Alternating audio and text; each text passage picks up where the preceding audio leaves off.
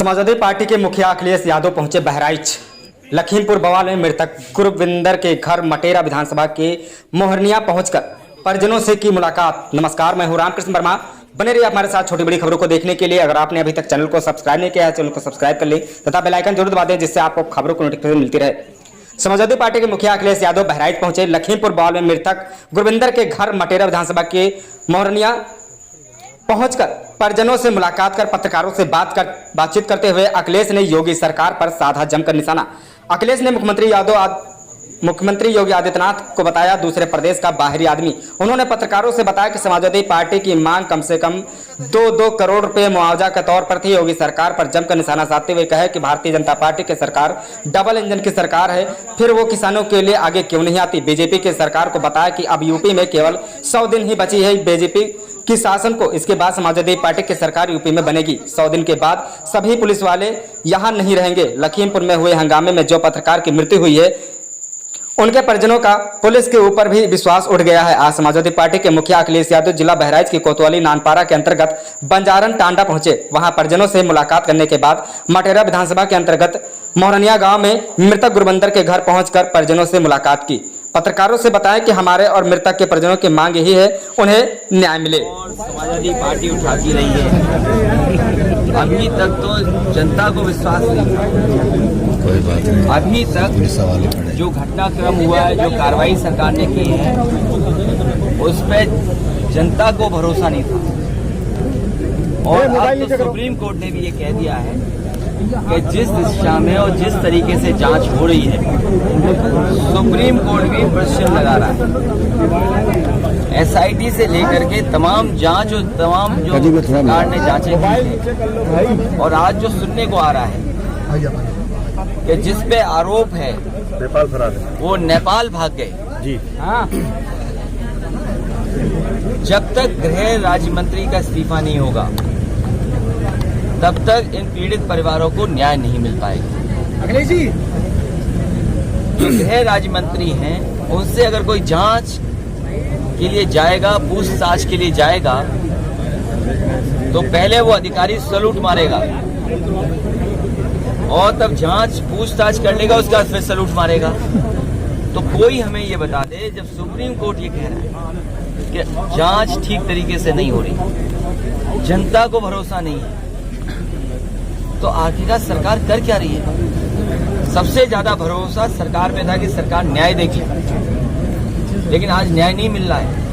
और ये पहली बार फरार नहीं हुए हैं, सरकार फरार कराती है। बीजेपी की सरकार, बीजेपी के लोग फरार करा रहे हैं। गोरखपुर की जो घटना हुई मुख्यमंत्री जी के गृह जनपद में, जहां पर एक व्यापारी को पीट करके मार दिया, पूरी पुलिस जिन पे आरोप है वो फरार हैं।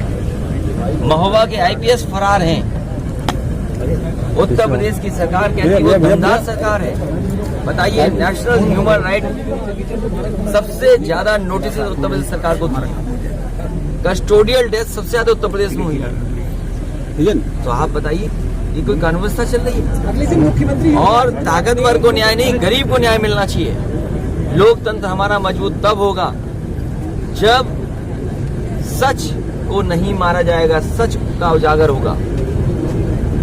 और ये सरकार लोकतंत्र का गला घोट। अब योगी जी हमारे पड़ोसी हैं, अगर पड़ोसी के बारे में पड़ोसी को न पता हो तो कहाँ के योगी हैं? यहाँ बहराइच मटेरा में जहाँ पर आप आए हैं, यहाँ जो गुरविंदर सिंह की जो मौत हुई है, उनके परिवार ने भी ये कहा था कि गोली लगी है, और पोस्टमार्टम में वो सब नहीं ये सच्चाई है कि परिवार के सदस्यों को पोस्टमार्टम पर भी भरोसा नहीं रहा, क्योंकि जो परिवार के सदस्य कहते हैं कि उन्हें गोली लगी है, लेकिन पोस्टमार्टम रिपोर्ट कुछ और है। जिस तरह से रिकॉर्डिंग या जिस तरह से की गई है, उस पर भी उन्हें भरोसा नहीं है। तो अब तो डेड बॉडी चल गई है। तो इसीलिए मैंने कहा कि लोकतंत्र और मजबूत होगा जब दोषियों को सजा मिलेगी। किसने वीडियो नहीं देखा कि गाड़ी आई और कुचल के चली गई, लोग इधर उधर फिक गए, गाड़ी बोनट पे चले गए किसान भाई, तो किसने नहीं देखा? जो गाड़ी से निकल रहे हैं, भाग रहे हैं दरवाजा खोल कर, किसने नहीं देखा? तो जो गाड़ियां हैं उनकी रजिस्ट्रेशन है, जो रजिस्ट्रेशन गाड़ियों में लोग बैठे थे वो भारतीय जनता पार्टी के कार्यकर्ता थे, भारतीय जनता पार्टी के नेता थे। वो सभी के सभी भारतीय जनता पार्टी के नेता गृह राज्य मंत्री से जुड़े हुए लोग हैं। कुछ ठेका करते देता थे। तो भारतीय जनता पार्टी को जवाब देना चाहिए कि उन गाड़ियों में उनके कार्यकर्ता थे और वो भूल जाओगे आप कुछ दिन पहली वाली घटना क्या वजह जहाँ पर एक महिला अपना नॉमिनेशन करने जा रही थी, उसके कपड़े फाड़ दिए थे भारतीय जनता पार्टी के लोगों ने। तो जो न्याय मिलना चाहिए, गरीबों को न्याय मिले, पीड़ित परिवारों से न्याय मिले। है कि 12 तारीख तक अगर कोई कार्रवाई नहीं होती तो हम इस पे राष्ट्रव्यापी आंदोलन करें। समाजवादी पार्टी लगातार किसान आंदोलन के साथ खड़ी है, उनका समर्थन कर रही है।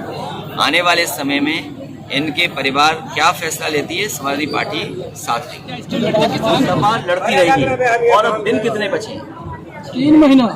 ज्यादा बोल रहे हो। जनवरी 4 को पिछली बार तारीख आ गई थी, ये सब पुलिस वाले बदल जाएंगे जितने खड़े हैं। सब याद हो जाएंगे क्या? तारीख आई थी पिछली बार, 100 दिन तो बचे हैं, ये 6 महीना बोल रहे हैं। अच्छा,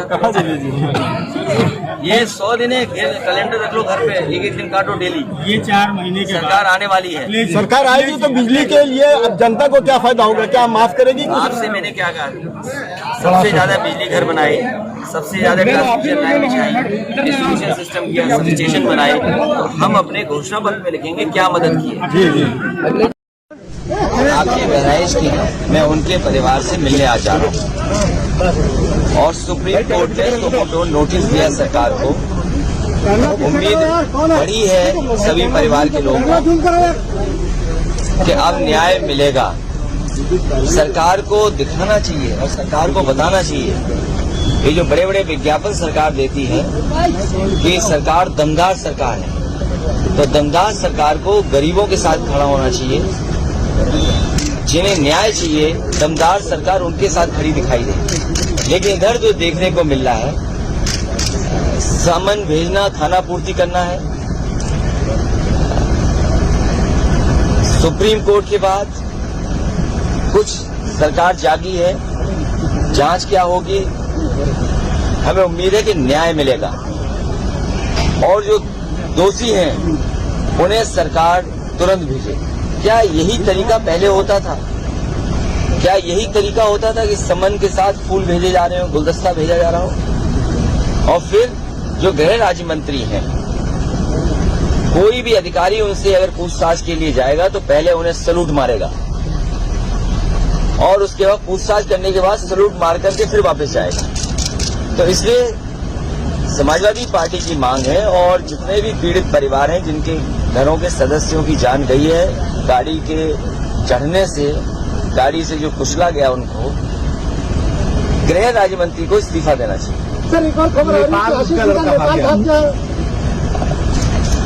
अगर ये मुझे जानकारी नहीं है, लेकिन अगर ये जानकारी आपके माध्यम से मिल रही है तो जो गृह राज्य मंत्री हैं उनका नेपाल से पुराना रिश्ता है, उस बॉर्डर से। अगर उनका पुराना देखेंगे, जैसा उन्होंने भाषण में कहा था अपने कि मुझे गृह राज्य मंत्री मत समझो, मुझे सांसद या विधायक मत समझो, मुझे कुछ और समझो, तो समझ लीजिए नेपाल से उनका कैसा रिश्ता रहा है पहले का। इसलिए अगर ये सूचना आपके माध्यम से यहाँ आ रही है और नेपाल भाग गए तो अब तो भारत सरकार को देखना पड़ेगा। उत्तर प्रदेश सरकार के हाथ में तो नई चीज बची है। अब हमें उम्मीद वो जो है दिग्रास्त हो गए हैं, जबकि आपने ये कहा था कि शायद मोतियाबिंद हो गया है।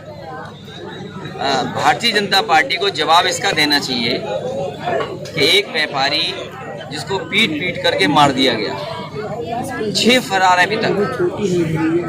क्या गृह जनपद में मुख्यमंत्री के यहाँ घटना हो और अभी भी जिन पे आरोप है वो पकड़े न जाएं?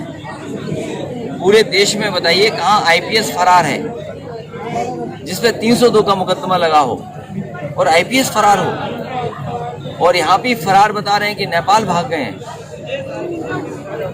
तो अब तो नेपाल अगर भाग गए हैं तो भारत सरकार को देखना पड़ेगा कि नेपाल में कैसे जाएगी पुलिस और कैसे पकड़ करके लाओगी।